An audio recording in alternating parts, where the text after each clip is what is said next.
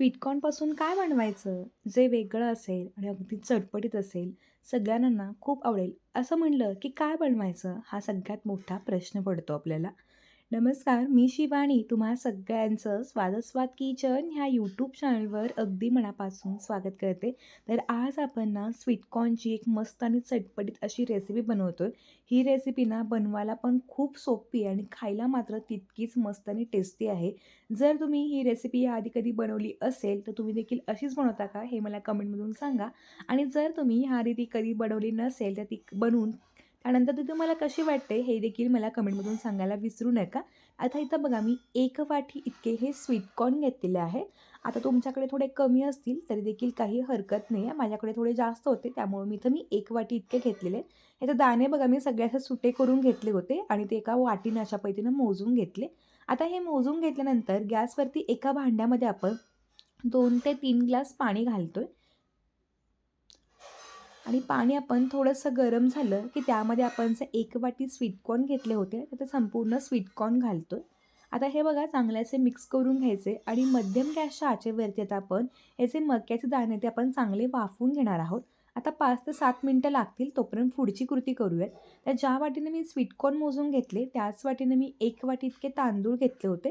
तुम्ही कोणताही तांदूळ घेऊ शकता. इथं मी बासमती तांदूळ घेतलाय. तुमच्याकडे जर असा अखंड किंवा मोठा तांदूळ असेल तुम्ही तो पण वापरू शकता. हा 1 वाटी घेतलेला आहे. आता हा जो तांदूळ आहे तो आपण स्वच्छ पाण्यानं 2दा धुवून घ्यायचा. कारण तांदळावर देखील बऱ्याच प्रकारची औषधं आणि बऱ्याच प्रकारचे केमिकल्स असतात. त्यामुळे नेहमी तांदूळ असा स्वच्छ चोळून धुवायचा आणि तांदूळ चोळून धुतल्यामुळे त्याच्यावरचं जे काही स्टार्च आहे ते निघून जातं आणि भात पण अगदी पांढरा शुभ्र बनतो.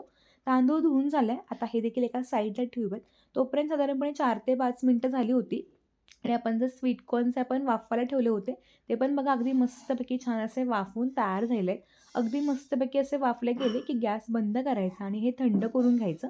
त्यानंतर लगेच तिथं बघा एका कुकरमध्ये मी साधारणपणे 2 ते 3 मोठे चमचे साजूक तूप वापरते. तुम्हाला जर तूप वापरायचं नसेल, तुम्ही तुपाच्या ऐवजी तेलाचा पण वापर करू शकता किंवा इथं मग तुम्ही पूर्ण तेल पण वापरू शकता किंवा बरेच जण बटरही वापरतात. तूप चांगलं वितळलं गेलं, की त्यामध्ये मी 2 पानं तमालपत्रीची घातली, 1 मोठा तुकडा दालचिनीचा, 2 ते 3 लवंगा घातल्या, 1 मोठा चमचा मी जिरे घातले. आता हे जे काही खडे मसाले आपण वापरलेत, हे 2 मिनिटं तेलावरती चांगले परतवून घ्यायचे. म्हणजे काय होतं, याचा जो काही फ्लेवर आहे ना, तो पूर्ण अगदी मस्तपैकी आपल्या रेसिपीला लागतो. आता बघा चांगलं परतलं गेलं. ह्यामध्ये 3 ते 4 हिरव्या मिरच्या मी उभ्या आकारामध्ये चिरून घेतल्या होत्या आणि त्या घातलेल्या आहेत आणि त्यानंतर 1 मोठा चमचा मी आलं लसणाची पेस्ट वापरली. आता ही देखील बघा आपण ह्या तुपावरती चांगली अशी परतवून घेणार आहोत.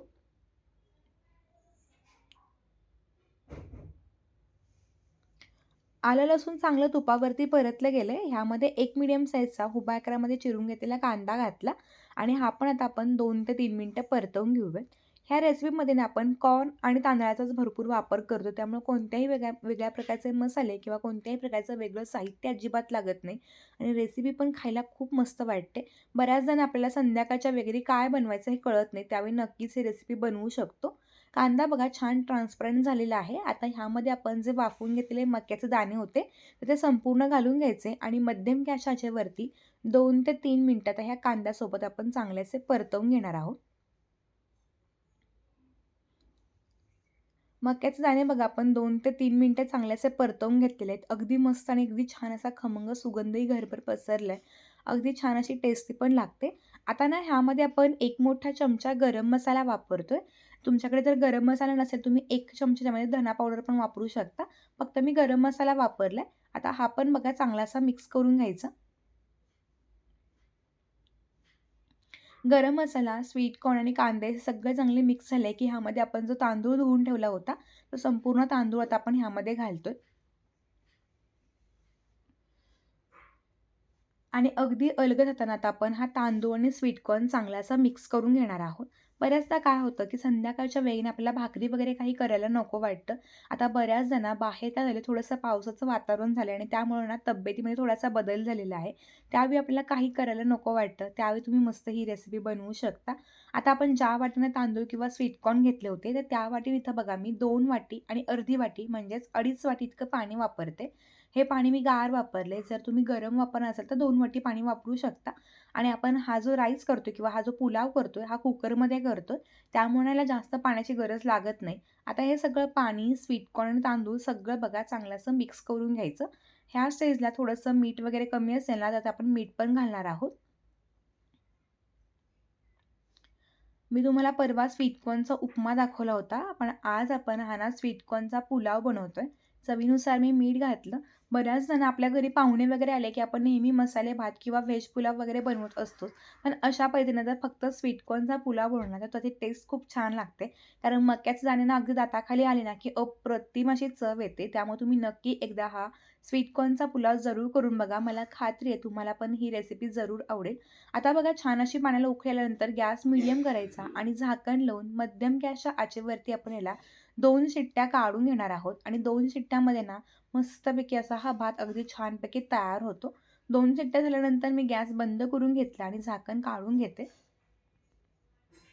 मस्त असा बघा छान असा खमंग आणि मस्तपैकी सुगंध घरभर पसरला. आता हा भात बघा चांगला असा मिक्स करून आपण घेणार आहोत. भरपूर स्वीट कॉर्न वापरल्यामुळे याची चव ना अगदी अप्रतिम लागते.